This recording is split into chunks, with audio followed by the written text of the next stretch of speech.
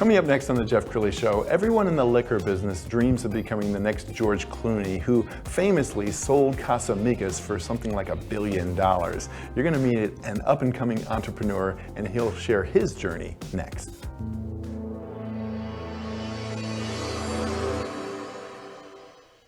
Many are predicting that the worst is yet to come, which is unfortunate, said one person here.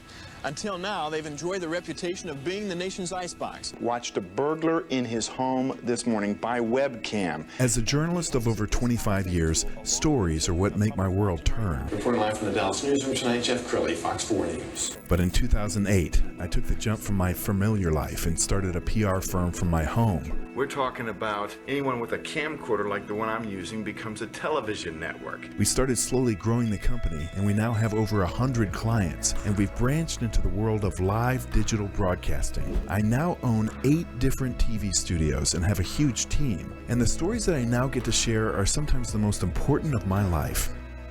Life has a funny way of coming around full circle. This is the Jeff Crilley Show.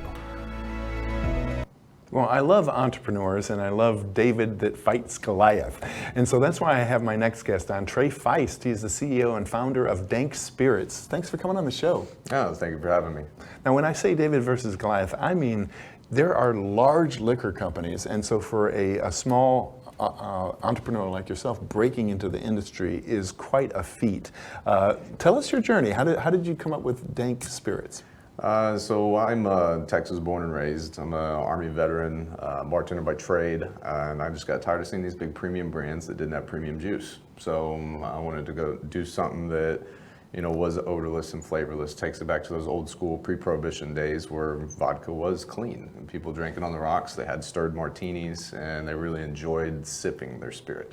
So I followed my grandpa's lead, who was kind of the first entrepreneur in our family, and really didn't know what I wanted to do, but being a bartender and you know, seeing all these premium brands come across my table, I figured I would change the game up a little bit, go against the status quo.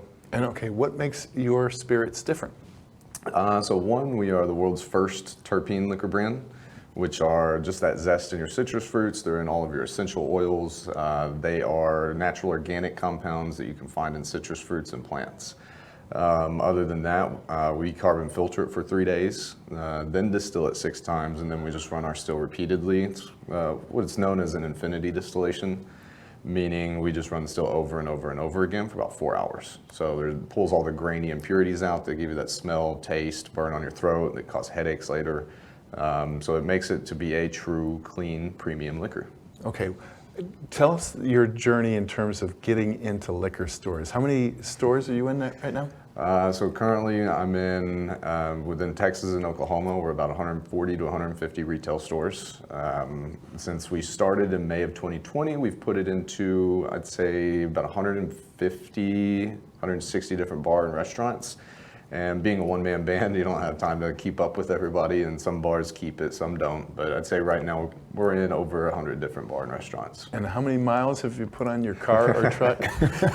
Oh man, I do about 3,000 miles a month. Is that right? Yeah, I just drove to Miami and back for Miami's Art Week. We were asked to be a part of. So. And let me show you what he's up to. We've got some video of a recent, I guess it would be a tasting at one of your locations. Is it hard to get into the liquor stores? Yes, so it's not the easiest thing to do, especially like this video, it's Total Wine. You know, you pretty much just get brought in by Total Wine. You can submit for it, but they just bring you in whenever they're ready to bring you in. And so getting it into retailers is hard, especially being a vodka brand where you're in the most saturated market. You got to have something that is really good. And then have your own niche. You can't just be your typical every other vodka unless you have a really good price point. So it is a little difficult getting in, but you know, we have a great product that sells itself. And so is the decision maker the owner of the store, or who do you talk to? So it's typically the general manager.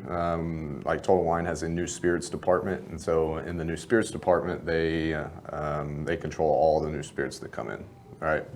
And then other than like our independent stores, it's mostly going to be the either general manager or the owner. Usually the owner is typically working in their stores. And have you found, are you pretty persuasive? Clearly getting into as many locations as you have, you're a pretty good salesperson. I can sell. I've always been a salesperson. I'm a bartender by trade, so I'm selling cocktails and drinks all day long. Yeah. That's what I do. I sell a story behind the brand, and that's what people fall in love with, is the story behind the bottle, But I have to imagine that it's really a difficult sale because these general managers have heard this story before. Oh my goodness, I've got the next Casamigos, right? Right. But so how, do you get them to taste it first, or what do you do? So my sales pitch is really simple. I tell them, hey, do you want to try the best vodka on the planet? And from there, they're like, well, we can't pass that up.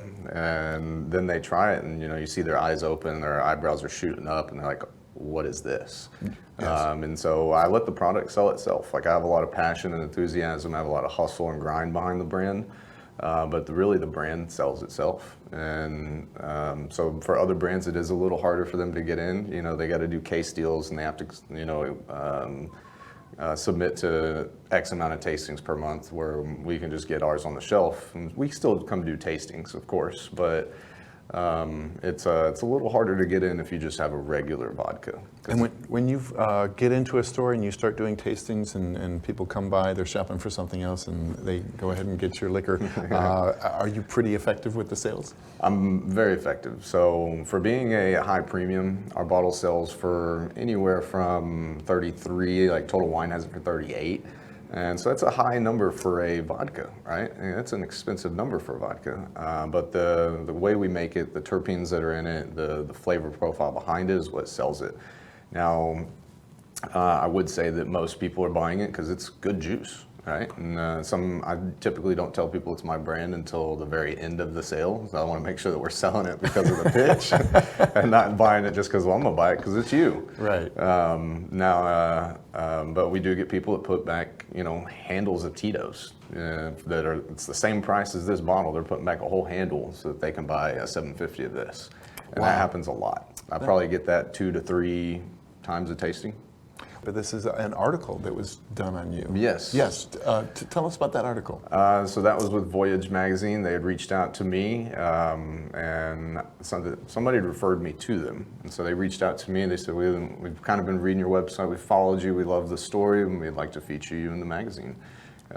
They did one at the beginning of 2020, but they also did one about 6 months ago. They did a follow-up, and I believe that's what this one is from, is the follow-up interview. Nice. So, And the graphics and the logo work, you're conveying a sophistication, aren't you? yes, so we are, again, I got tired of those big premium brands that didn't have premium juice, so I'm going after those high premium brands. I want something that's going to stand out on the shelf, something that looks, attractive and appealing, something that somebody looks at and it's like, I've never seen a bottle that looks like that, or I love your label, and then they're already interested in it, and then they try the brand and they're like, wow, this is good. Well, you can't do a liquor segment without sampling it. So go ahead and right. we've got the glasses with the round ice balls, folks, and go ahead and Yours try. first. Yep. Now, as I sip this, what should I be looking for, or like is the yeah, I do smell a kind of a citrusy. Yeah. So we use lemon haze terpenes. Like I said, terpenes are just natural organic compounds, but they're just that zest in your citrus fruits. They're in all of your essential oils. They're the most versatile compounds on the planet. But we use one that's called lemon haze. So it's all citrus-based zest from the citrus. So you get lemon, lime, grapefruit, orange, tangerine. Everybody's palates are different. Terpenes are in the tannins of your red wines. So that's why you can taste cherries and I'll taste chocolate out of the same bottle. Okay. Should we cheers? Cheers. Okay. And dank responsibly. That's good marketing. That's good. Thank you. It's smooth and there's not a bite. No, so the carbon filtration and the infinity distillation pulls all that grainy impurities out, and just leaves it with a really good, clean, quality taste. So all the flavor and heat stays on your palate, doesn't burn your throat. Yes. I mean, it's very clean. You don't need lemons, limes. You really don't need mixers. Wow. You know, it's something you can drink just by itself and enjoy. And you probably see this every single day. Do you run into skeptics that say, okay, sure, you've got the best liquor on the planet? And I get that all the time. People are like, yeah, that's what they all say. And I'm like, I know, but try me, trust me. I guarantee you don't need any mixers, just try it real quick. And I tell people all the time, I don't like vodka, right? I'm not a vodka fan at all, but trust me, if I can drink this stuff on the rocks, so can you.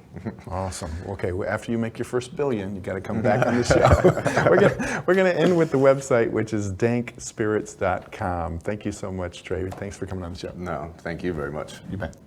That's it for now. We'll see you next time.